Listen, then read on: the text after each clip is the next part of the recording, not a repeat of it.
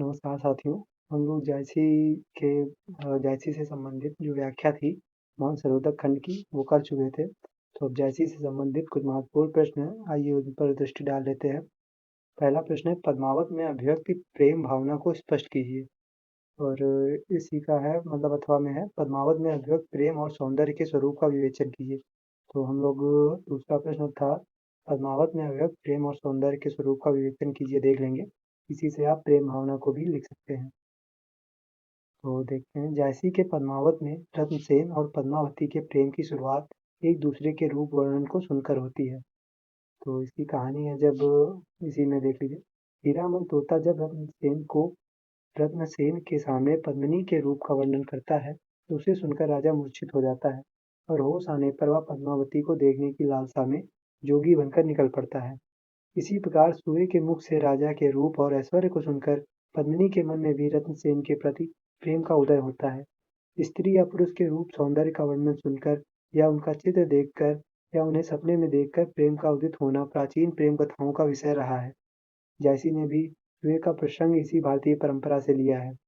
जैसी एक सूफी कवि थे और उन्होंने लौकिक प्रेम में अलौकिक आभा भर दी है। उदाहरण के लिए, पद्मावती का रूप वर्णन केवल एक सुंदर स्त्री का रूप वर्णन नहीं है, उसका एक आध्यात्मिक पक्ष भी है। जैसी के प्रेम वर्णन में फारसी परंपरा का भी प्रभाव है और भारतीय परंपरा का भी। फारसी प्रेम पद्धति में प्रेम में विरहाग्नि में जलना, सूख कर कांटा हो जाना, प्रेम के लिए तरह तरह के कष्ट उठाना प्रेमियों के हिस्से में आया है, जबकि भारतीय परंपरा में प्रेम की ज्वाला में स्त्रियां ही जलती हैं, उन्हें ही विरह वेदना सहनी पड़ती है, सूख कर ठठरी बन जाना पड़ता है। जैसी में इन पर दोनों पद्धतियों का संयोग मिलता है।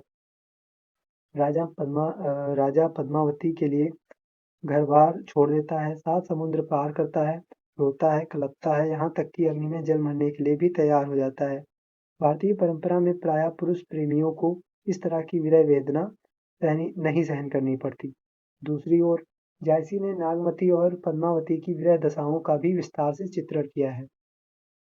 पद्मावती की तलाश में रत्नसेन के घर छोड़कर चले जाने पर जायसी ने नागमती के विरह का अत्यंत मर्मस्पर्शी चित्रण किया है। नागमती उनकी पत्नी थी राजा रत्नसेन की।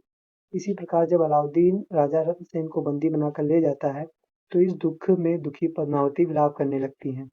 इस प्रकार जायसी ने इस काव्य में फारसी और भारतीय दोनों परंपराओं का समावेश किया है। आचार्य रामचंद्र शुक्ल ने जायसी के प्रेम वर्णन की एक और विशेषता का उल्लेख किया है। शुक्ल जी ने लिखा है कि फारसी शैली का प्रेम समाज से निरपेक्ष और आदर्शवादी होता है। ऐसा प्रेम संसार की वास्तविक परिस्थितियों के बीच नहीं दिखाया जाता, न ही सांसारिक व्यवहार का कोई उससे संबंध होता है। जायसी ने पद्मिनी और रत्नसेन का विवाह पूर्व का प्रेम इसी पद्धति से प्रस्तुत किया है, लेकिन विवाह के बाद प्रेम को सामाजिक और पारिवारिक परिस्थितियों के बीच विक्रमित किया गया है। जब पद्मिनी को राजा रत्नसेन के बंदी बना लिए जाने का समाचार मिलता है तो वह सिर्फ रोती बिलखती नहीं है, बल्कि राजा को छुड़ाने का प्रयत्न भी करती हैं।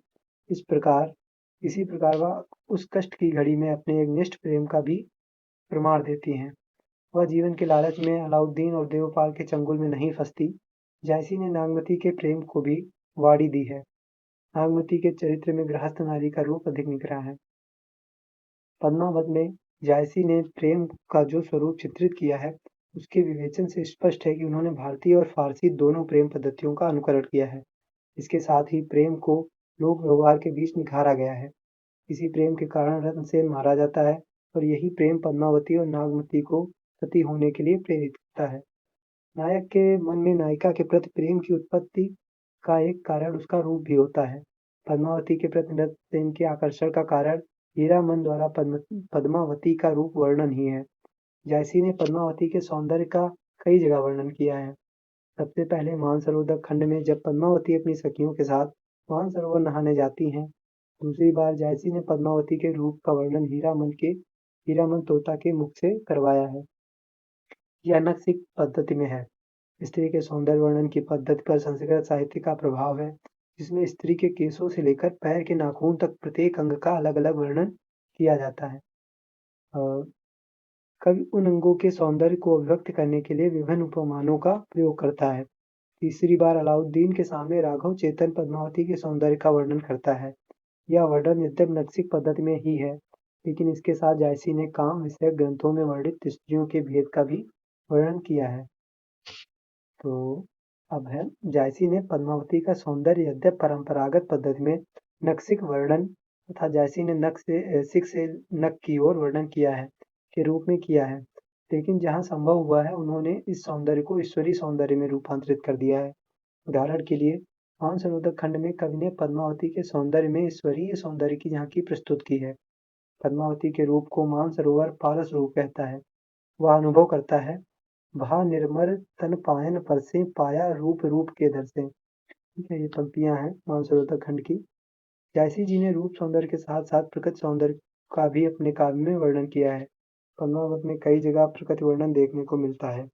पद्मावत के मानसरोवर खंड में जायसी जी ने प्रकृति सौंदर्य को चित्रित करते हुए लिखा है कि एक दिवस पुण्यो तिथि आई, मानसरोवर चली नहाई, पद्मावत सब सखी बुलाई, जन फुलवार सबे चली आई, कोई चंपा कोई कुंद सहेली, कोई सुकेत करना रस बेली, कोई सुगलाल सुदर्शन राती, कोई सो बकावर बहुचन भी साथी। तो इसमें उन्होंने फूलों के सौंदर्य का चित्रण किया है। अतः पद्मावत एक अद्वितीय काव्य है जो प्रेम तथा सौंदर्य को अपने संकीर्ण साहित्य में बयां करता है। तो ये आपका प्रश्न कंप्लीट हो गया है। तो नेक्स्ट प्रश्न देखेंगे हम लोग। मानसरोवर खंड के वैशिष्ट्य को निरूपित कीजिए। तो धन्यवाद।